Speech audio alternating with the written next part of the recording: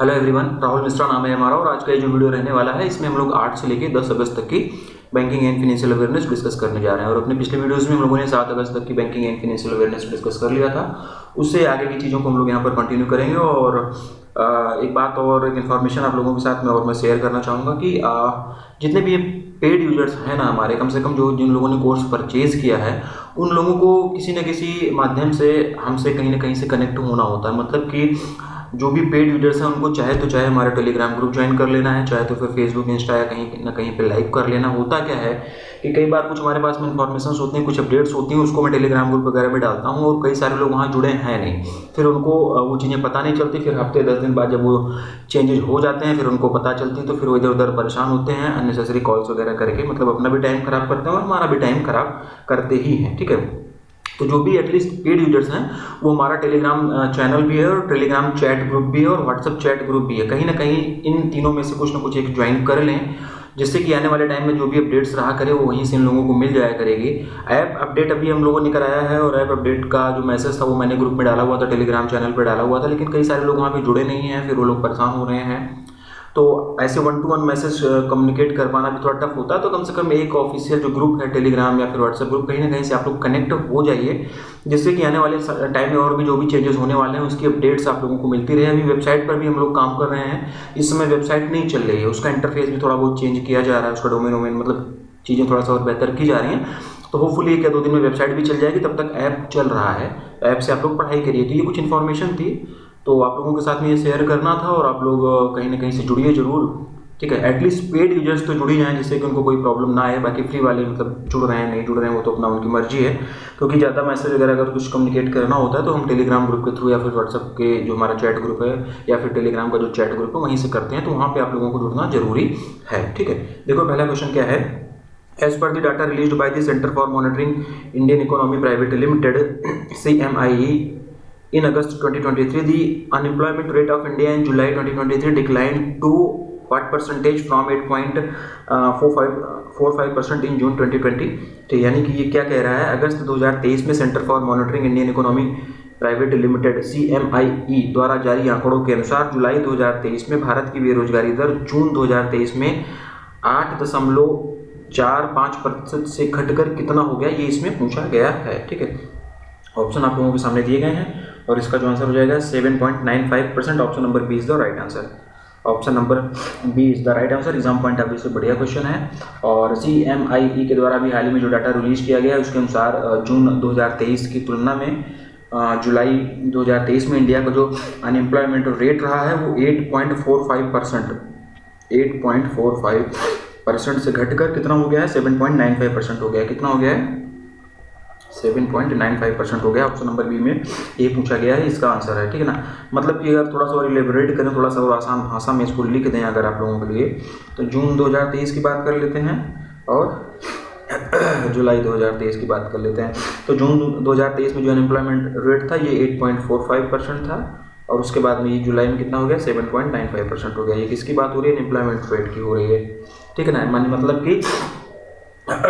मतलब कि कमी आई है, डिक्लाइन हुआ है। ठीक है ना, और रूरल और अर्बन का अलग अलग अगर हम लोग जानने की कोशिश करें तो रूरल की अगर हम लोग अनएम्प्लॉयमेंट रेट की बात करें, रूरल अनएम्प्लॉयमेंट रेट जो है वो जून में कितना था, वो जून में था 8.73% और जुलाई में वो कितना हो गया, 7.89%। ठीक है ना, ये रूरल एम्प्लॉयमेंट की बात हो रही है, इसमें भी कमी आई है।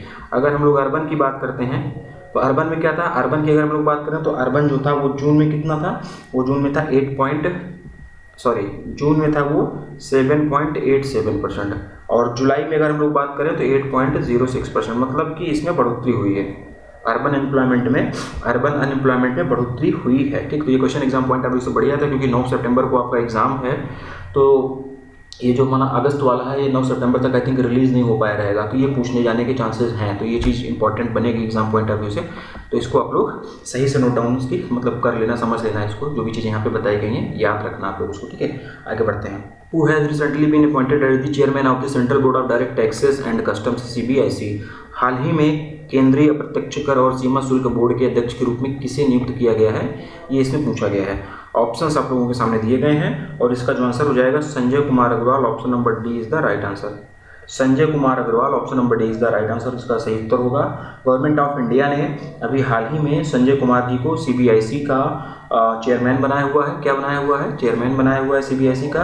और ये जो अग्रवाल जी हैं, इन्होंने किसको रिप्लेस किया, ये भी क्वेश्चन पूछा जा सकता है, ठीक है ना। ये कि इन्होंने किसको रिप्लेस किया, ये भी पूछा जा सकता है, तो ये भी हम अभी आगे पढ़ेंगे। लेकिन अग्रवाल जी को जो सीबीआईसी का चेयरमैन अभी बनाया गया है, ये सीबीआईसी के चेयरमैन बनने से पहले सीबीआईसी के ही मेंबर थे, ठीक है ना। मतलब ये सीबीआईसी के ही प्रोडक्ट हैं, सीबीआईसी के मेंबर थे, अब इनको चेयरमैन बना दिया गया है। और कब से कब तक ये मेंबर रहे हैं? तो 1 मार्च 2022 से लेके 4 अगस्त 2023 तक ये इसके मेंबर थे। उसके बाद में इनको मतलब बना ही दिया गया, चेयरमैन बना दिया गया मेंबर के बाद में। अगर इनकी हम लोग बात करें तो 1988 के बैच के ये IRS ऑफिसर हैं। ये सारी बातें हो रही हैं संजय अग्रवाल जी की, ठीक है। IRS ऑफिसर हैं ये 1988 बैच के। और इसके साथ साथ गवर्नमेंट ऑफ इंडिया ने सुरजीत भुजबल को सीबीआईसी का मेंबर बनाया है। सुरजीत भुजबल भी देखो ऑप्शन में दिया गया है। तो संजय अग्रवाल जी को तो सीबीआईसी के चेयरमैन बनाया गया, लेकिन सुरजीत भुजबल जी को इनको मेंबर बनाया गया। मेंबर क्यों बनाया गया? क्योंकि संजय अग्रवाल जी पहले मेंबर थे, और जब ये मेंबर से चेयरमैन बन गए तो मेंबर वाली एक पोस्ट खाली हो गई। तो जब मेंबर वाली एक पोस्ट खाली हो गई तो सुरजीत भुजबल जी को उसका सीबीआईसी का मेंबर बना दिया गया है, ठीक है ना। सुरजीत भुजबल जी को उसका मेंबर बना दिया गया। और ये सुरजीत भुजबल जी की अगर हम लोग बात करेंगे तो ये 1989 बैच के IRS ऑफिसर हैं। और सीबीआईसी बोर्ड की अगर हम लोग बात करें तो सीबीआईसी बोर्ड में टोटल कितने मेंबर होते हैं? तो एक चेयरमैन होते हैं, एक चेयरमैन होता है सीबीआईसी बोर्ड का, और बाकी 6 मेंबर्स और होते हैं, ठीक है ना। PDF में ये डिटेल में दिया हूँ, वहाँ से पढ़ लेना। मेंबर्स के नाम से वहाँ पे मैंने दिया हुआ है, वहाँ से आप लोग इसको पढ़ना, ठीक है। और बेसिकली ये जो सीबीआईसी होता है ये टैक्स पॉलिसी, GST, कस्टम, इन सबसे जुड़े मुद्दों को मतलब देखती है। तो option number D Sanjay Agarwal जो है वो इसका आंसर हो जाएगा, ठीक है। आगे बढ़ते हैं। In order to recognize the role of its sales forces or agents, Postal Life Insurance PLI introduced a pilot program for direct incentives disbursement in which state and union territory recently.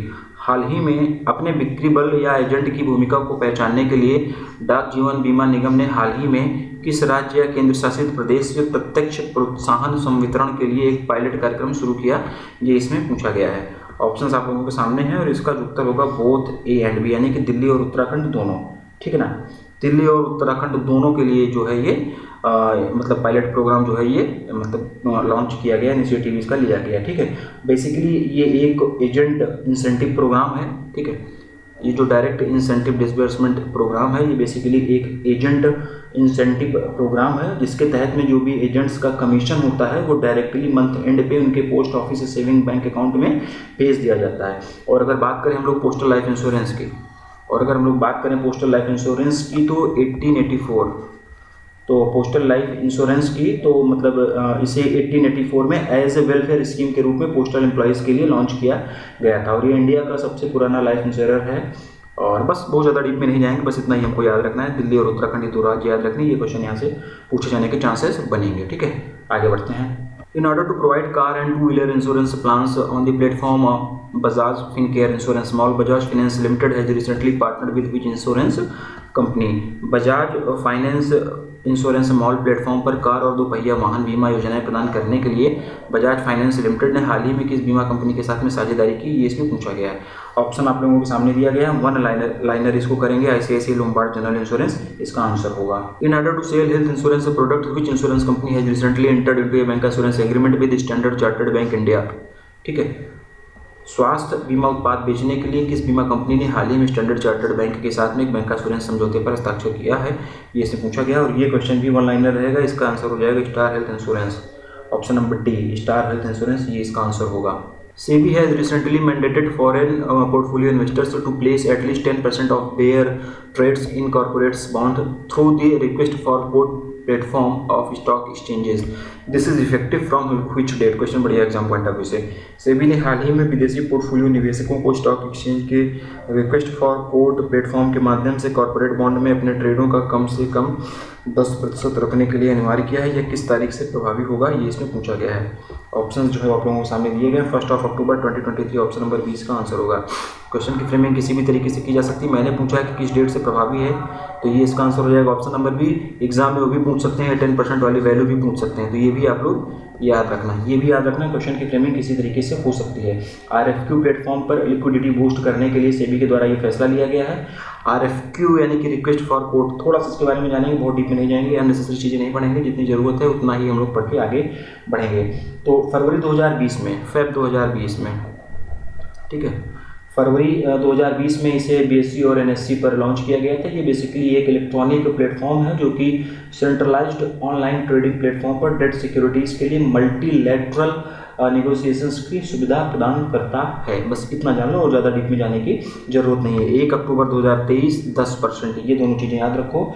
यहीं से चीज़ें आपके मतलब काम बन जाने वाला है। एग्जाम ओरिएंटेड चीज़ें ही हम लोग पढ़ते हैं, बहुत ही प्रिसाइज वे में एग्जाम ओरिएंटेड कंटेंट ही आप लोगों को अवेलेबल कराया जाता है। SEBI has recently decreased the validity period of approval for alternative investment funds AIFs and venture capital funds VCFs to make overseas investment to 4 month from कितना, ठीक है ना। SEBI ने हाल ही में विदेशी निवेश करने के लिए वैकल्पिक निवेश कोष और वेंचर कैपिटल फंड के अनुमोदन की वैधता अवधि को कितने से घटाकर कितना कर दिया है, ये इसमें पूछा गया है। और ऑप्शंस आप लोगों के सामने है। 6 month, option number B C is the right answer, ठीक है ना।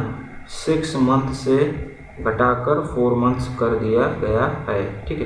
तो ये चीज़ आप लोग याद रखना, इतना ही पढ़ेंगे, बहुत ज़्यादा डीप में नहीं जाएंगे। सेबी का हेडक्वार्टर मुंबई महाराष्ट्र में, माधवीपुरी बच्ची इसके चेयरपर्सन होंगे। आगे बढ़ते हैं। Which small finance bank has recently become the first bank in India to offer 24/7 video banking facility for 365 days? कौन सा लघु वित्त बैंक हाल ही में 365 दिनों के लिए 24/7 वीडियो बैंकिंग सुविधा प्रदान करने वाला भारत का पहला बैंक बन गया है? ये question exam point of view से बढ़िया है। एग्जाम पॉइंट ऑफ व्यू से बढ़िया है। वो सारी चीज़ें जो फर्स्ट होती हैं या लास्ट होती हैं किसी भी एग्जाम के लिए, वो इंपॉर्टेंट बन जाती हैं, क्योंकि ये पहला बैंक है जो कि वीडियो बैंकिंग की सुविधा प्रदान कर रहा है 365 डेज इंटू 24/7, ठीक है ना। 24 घंटे 7 दिन, मतलब पूरा 365 दिनों के लिए हमेशा वीडियो बैंकिंग की सुविधा प्रदान करने वाला भारत का पहला बैंक बना है वीडियो बैंकिंग फैसिलिटी देने वाला। इसलिए ये क्वेश्चन इंपॉर्टेंट बनता है हमारे लिए, ठीक है ना। तो इसका जो आंसर हो जाएगा, इसका आंसर होगा AU small finance bank. Static भी ये बनेगा, स्टैटिक ऐसे ही बनता है। ये क्वेश्चन बन रहा है स्टैटिक, आगे आने वाले एग्जाम में स्टैटिक बन जाएगी। स्टैटिक इसी को बोलते हैं, जो चीज़ें नहीं बदल रही हैं वो स्टैटिक में ही जाएंगे, ठीक है। ये क्वेश्चन जब भी पूछा जाएगा कि भारत का पहला बैंक का नाम बताइए जिसने 24/7 वीडियो बैंकिंग फैसिलिटी लॉन्च की, तो इस कंडीशन में answer AU small finance bank भी होगा। तो ये स्टैटिक है, इसी तरीके से स्टैटिक बनते हैं। Option number D AU small finance bank जो है इसका आंसर हो जाएगा। वीडियो बैंकिंग के माध्यम से फेस टू फेस इंटरेक्शन हो सकेगा। AU video banking relationship manager जो होंगे वो वीडियो कॉल के माध्यम से फेस टू फेस इंटरेक्ट करेंगे, जैसे कि ब्रांच बैंकिंग हम लोग करते नहीं हैं, ब्रांच में जाके उसी तरीके से सेम बैंकिंग होगी। वीडियो कॉल करने के लिए ग्राहक की उम्र कम से कम 18 साल होनी चाहिए, ठीक है ना। वीडियो कॉल करने के लिए ग्राहक की उम्र यानी कि अकाउंट होल्डर्स की उम्र कम से कम 18 साल की होनी चाहिए, और वो इंडिया में ही होना चाहिए। और इस सुविधा का उपयोग सेविंग अकाउंट्स ओपन करने के लिए, FD के लिए, NEFT RTGS फंड ट्रांसफ़र के लिए, और भी दूसरी सर्विसेज हैं, जैसे कि एड्रेस चेंज करना है, मोबाइल नंबर अपडेट करना है, इंटरनेट बैंकिंग करनी है, इन सारी चीज़ों के लिए इस सुविधा का उपयोग किया जा सकेगा। संडे और बैंक हॉलीडेज़ को छोड़कर 8 AM से लेकर 8 AM से लेकर 9 PM तक ये सुविधा उपलब्ध रहेगी। तो ये याद रखना, टाइम ड्यूरेशन याद रखना कि कब से कब तक ये सुविधा रहेगी। संडे को ये सुविधा नहीं अवेलेबल होगी, और दूसरा जिस दिन बैंक हॉलीडे होगा उस दिन भी ये सुविधा नहीं होगी। तो संडे और बैंक हॉलीडे के दिन छोड़कर 8 बजे सुबह से लेकर रात 9 बजे तक ये सुविधा उपलब्ध रहेगी। AU 0101 ये क्या है? मोबाइल बैंकिंग ऐप है AU स्मॉल फाइनेंस बैंक का। तो AU 0101 मोबाइल बैंकिंग ऐप या फिर नेट बैंकिंग के माध्यम से ये वीडियो कॉल वाली सुविधा ली जा सकती है। वीडियो बैंकिंग के लिए कोई भी ऑफिशियल वैलिड डॉक्यूमेंट लगेगा, आधार कार्ड नहीं लगेगा, आधार कार्ड को छोड़ के लगेगा, ठीक है। तो ये कुछ इस क्वेश्चन से संबंधित कुछ इंपॉर्टेंट इन्फॉर्मेशन थी जो आप लोगों को जानना जरूरी था, और एग्जाम पॉइंट ऑफ व्यू से बढ़िया क्वेश्चन है ये, एग्जाम पॉइंट ऑफ व्यू से बहुत बढ़िया क्वेश्चन है। बात यहाँ पर AU स्मॉल फाइनेंस बैंक की हुई है, तो जयपुर राजस्थान में इसका हेडक्वार्टर होगा, जयपुर राजस्थान में इसका हेडक्वार्टर हो जाएगा, ठीक है ना। बदलाव हमसे है, बदलाव हमसे है, ये इसकी टैगलाइन हो जाएगी। संजय अग्रवाल जो है ये क्या हो जाएंगे? इसके MD एंड CEO हो जाएंगे। Which payment bank has recently launched India's first eco-friendly debit card for its new and existing customers with saving bank account? हाल ही में किस पेमेंट बैंक ने बचत खाते वाले अपने नए और मौजूदा ग्राहकों के लिए भारत का पहला आ गया ना, पर्यावरण अनुकूलित डेबिट कार्ड लॉन्च किया है, ये इसमें पूछा गया। ये क्वेश्चन भी इंपॉर्टेंट बनेगा और इसका जो आंसर हो जाएगा Airtel payment bank, option number B. Airtel payment bank, option number B is the right answer. ये India first eco friendly debit card launch करने वाली पहली पेमेंट बैंक की बात नहीं हो रही है, पेमेंट बैंक की बात हो रही है। तो कौन सी वो बन गई? एयरटेल बैंक बन गई। ये भी स्टैटिक बन रहा है, लिख लेना है इसको आप लोग, ठीक है ना। और ये जो डेबिट कार्ड होगा ये रिसाइकिल पॉलीविनाइल क्लोराइड यानी कि पीवीसी, रिसाइकिल पीवीसी से ये डेबिट कार्ड बना है। और ये जो रिसाइकिल पीवीसी होता है ये पूरी तरीके से इको फ्रेंडली होता है, पूरी तरीके से ये इको फ्रेंडली होता है, इसको रिसाइकिल किया जा सकता है। Option number B Airtel payment bank इसका आंसर होगा। न्यू दिल्ली में एयरटेल पेमेंट बैंक का हेडक्वार्टर हो जाएगा। अनुव्रता विश्वास जो है वो इसकी एमडी एंड सीईओ हो जाएंगे। आगे बढ़ते हैं। कुछ public sector financial institutions has recently launch its subsidiary at the Gujarat international financial tech city in Gandhinagar Gujarat, gift city. किस सार्वजनिक क्षेत्र के वित्तीय संस्थान ने हाल ही में गुजरात के गांधीनगर में Gujarat international financial tech city में अपनी सहायक कंपनी लॉन्च की है? ये इसमें पूछा गया है। ऑप्शंस आप लोगों के सामने दिए गए हैं और इसका जो आंसर हो जाएगा एक्सिम बैंक यानी कि export import bank of India. Option number D is the right answer. Option number D is the right answer, ठीक है ना। Option number D is the right answer. Exim bank इसका सही उत्तर हो जाएगा।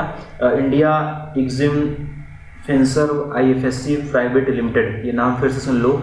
India Exim Finserv IFSC private limited नाम से एक्सिम बैंक ने अपनी सब्सिडरी गिफ्ट सिटी गुजरात में भी हाल ही में लॉन्च किया हुआ है। Department of financial services DFS के सेक्रेटरी डॉक्टर विवेक जोशी जी के द्वारा इसका उद्घाटन किया गया और यूनियन बजट 2023 के दौरान वित्त मंत्री श्रीमती निर्मला सीतारमण जी के द्वारा इसकी सब्सिडरी का अनाउंसमेंट किया गया था। तो option number D is the right answer.